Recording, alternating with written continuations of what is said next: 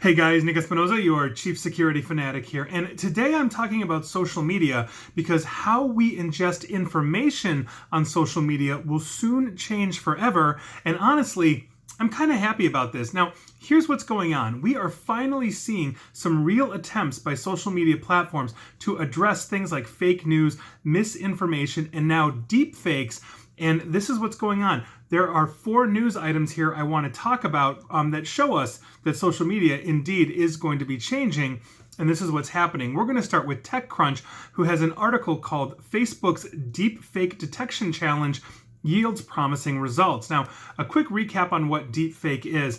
This is basically the technology that could take my picture or this video, put somebody else's face on it, and make it look like Arnold Schwarzenegger is doing this video instead of me, or I am in an Arnold Schwarzenegger movie instead of him. That's a very obvious comparison there, but there are obviously bigger implications coming up with a political election where we have political candidates that may be spoofed. And I actually wrote an article about this for Smirkanish of CNN at that point. And so deep fakes, though, have advanced from basically like a niche thing created for AI conferences and demonstrations to basically software that anybody can download to create convincing fake videos of whatever they want. Now, this is likely, and I think going to be the first election in history where we have potential malicious actors trying to influence basically the political conversation in the electorate using deepfake videos of candidates and all of that. And so this is a huge issue. So given Facebook's basically position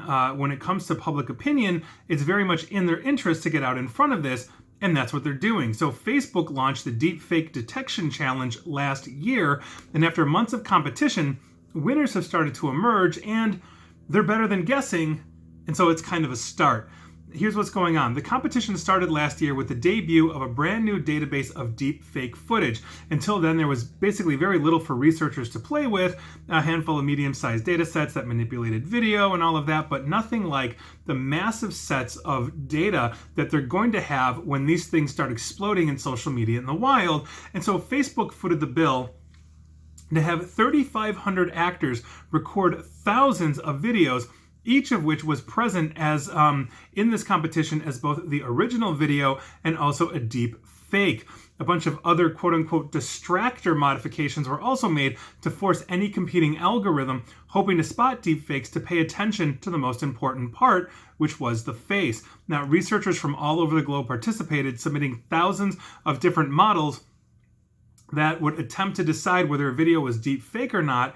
And, it's very interesting because if you go to that article, you can see some of the examples of this. And what's interesting is that at first, the algorithms were no better than a coin toss. They were no better than chance. But after many iterations and retweaking and tuning and all of that, they basically managed to reach a more than 80% accuracy in identifying these fakes. Although, unfortunately, when they were deployed on a reserved set of videos that the researchers had not been provided with previously, the highest accuracy rate was about 65%, but that is still better than chance. And so we're getting better, hopefully in time for the election. And that is the first of 4 stories, because the next one I want to talk about when we are looking at how social media is changing in terms of our information ingestion is actually coming from The Verge, who has an article entitled Twitter Starts Aggressively Fact-Checking Tweets Linking 5G to COVID-19.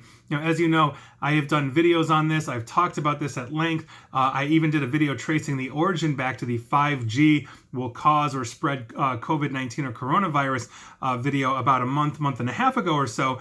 And so Twitter is now starting to really take this seriously, because Twitter is now fact-checking tweets that link 5G and COVID-19 by adding a label that promises users to, quote, the facts, to get users the facts on COVID-19. Quote, the facts about COVID-19 is what you see underneath a tweet like this.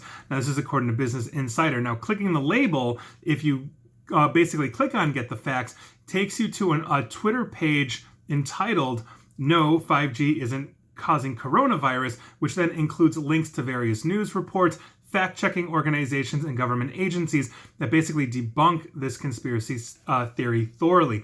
Twitter confirmed the move in a statement that it gave to multiple outlets, and I quote Twitter, "Last month we announced that we are introducing new labels and warning messages to provide additional context and information on some tweets containing disputed or misleading information relating to COVID-19. So, if you are looking at a tweet that is telling you, and it seems factual, that 5G in some way, shape, or form is causing or exacerbating COVID-19, Twitter is now going to fact check you on that. And quite frankly, I think that's a rather good thing. Moving on. Here's article number 3, and this is coming from ZDNet, who had this title: Twitter bans 32,000 accounts pushing Chinese, Russian, and Turkish propaganda. And I think this is really interesting and really speaks to one of the endemic problems we have, not just with Twitter, but with free and open platforms where anybody anonymously can create an account and then do whatever they want with it, essentially, basically until now. And so here's what's going on with this. Twitter disclosed the other day 3 new state-linked information operations that have been taking place on its platform in 2020. Now, as a result of their investigation, Twitter said that it has banned and removed 32,242 accounts that were part of networks that operated out of China, Russia, and Turkey, all 3 of which were pushing political agendas and narratives and associated with state-sponsored entities. You can possibly read that: state-sponsored hacking teams or advanced persistent threats and all of that. Now, of these 3 networks, the largest one, hands down, was based in China. Twitter said that it had banned 23,750 accounts that served as the core network and which were responsible for posting most of this propaganda content from China. Now, tweets posted by these 23,000 odd accounts were then amplified by a secondary network of more than 150,000 accounts, which basically were spreading that message and making everything go viral. And to quote Twitter, of the approximately 150,000 amplifier accounts, the majority had little to no follower counts either, and were strategically designed to artificially inflate impression metrics and engage with core accounts. Now, the social network also said the entire operation was involved, and I quote, "in a range of manipulative and coordinated activities," and most of their tweets were in the Chinese language. Now, the goal of these tweets apparently was to push and spread geopolitical narratives favorable to the Communist Party of China among Chinese-speaking users, but also, and I quote, "deceptive narratives about the political dynamics in Hong Kong." And this is not the first time we've seen a misinformation campaign coming out of mainland China directed to Hong Kong, which it is trying to bring, to heel, if you will. But China's not the only one, because Twitter also banned a series of accounts run from Russia. Twitter said it found and removed 1,152 accounts associated with Current Policy, which is a news site pushing state-backed political propaganda.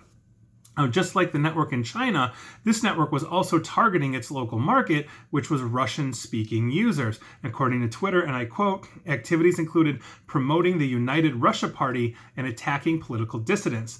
Also, a third similar network was banned in Turkey, if you forgot about them, and they were also pushing politically themed tweets aimed at Turkish-speaking users as well. And to quote Twitter, "based on our analysis of the network's technical indicators and account behaviors, the collection of fake and compromised accounts was being used to amplify political narratives favorable to the AK Party and demonstrated strong support for President Erdogan." Now, in total, Twitter removed 7,340 of these accounts, and the company said it believes that these accounts were operated by the youth wing of the AK Party. Now, furthermore, this network didn't actually just include bots, but it also included compromised accounts. Twitter said that the hacked accounts were previously associated with organizations critical of President Erdogan and the Turkish government, which made their new pro-government tweets stand out, meaning the AK Party, or the youth wing of that, appears to have hacked into those accounts, taken them over, and then converted them in support of Erdogan, President Erdogan, when previously they were against him. And finally, and that is what they are doing to combat that direct propaganda from state-sponsored entities. And finally, I think this is my favorite article of all. This is coming from The Hill, and the article is entitled, "Twitter Testing Tool to Prompt Users to Open Article before retweeting. And I love this. Twitter is testing a new tool that's going to prompt its users to open articles before they actually retweet them. Now, this pilot program was announced this past Wednesday and is currently limited only to Android users in the English language. The test will run, and I quote, for at least a few weeks to get enough data to make an informed decision on next steps. And this is basically according to a Twitter spokesperson. Now, Twitter's support account itself tweeted, and I quote, sharing an article can spark conversation, so you may want to read it before you tweet it. To help promote informed discussion, we're testing a new prompt on Android. When you retweet an article that you haven't opened on Twitter, we may ask you if you'd like to open it first. And I think this is actually something that is a very good idea. You know, I recently posted something on Facebook that said something along the lines of, you know, a study showed that 70% of Facebook users don't actually open the article when, before they share it. This was actually a completely fake article to see who and who would not open it. Because if you read the article, the first paragraph basically restates that, and then the rest is lorem ipsum, if you are familiar with that placeholder in text. And so I had some people that commented and said, well, either I didn't read the article, but I think it's way more than 70%, or, this proves that blah, blah, blah, blah, blah, when they clearly did not read the article. And so I think we need to do this because there are so many articles that we see, and by virtue of clickbait, meaning you just want clicks for money, people, or rather organizations or institutions, especially fringe reporting outfits, I don't care what side of the political spectrum, make really hyperbolic, article headlines that say, yeah, I really agree with this, or, oh my God, that's horrible. And then somebody shares it out, not really looking at the facts. I've seen literally entire articles written around one tweet, and then the article says, well, Twitter's exploding because blah, blah, blah doesn't like blah, blah, blah. And it's like one guy that doesn't like this one thing, but the guy is, let's say, quasi-famous, and it's enough to write 1,000 words on. It's absolutely insane. So I'm a huge fan of this. I do my best whenever I share on any platform to actually read the article, make sure it's from a reputable source, make sure it's not hyperbole, and if I want to inject my opinion, I will inject my opinion at the top. If I want people's opinions, I will simply post it and ask for that. So I think this is a good thing. We all need to start actually reading a bit more, instead of just seeing a headline that we may agree with or vehemently disagree with and then angrily post it. So good on you, Twitter. I'm a fan of that. And all of this is your news of the day, and I hope that we're going to be just a little more informed, especially in the upcoming election, and especially going on in life. And please like, share, follow me here on Facebook and Twitter at NickAESP, and please feel free to subscribe to me at YouTube as well. And as always, stay safe and stay online. Thanks, guys.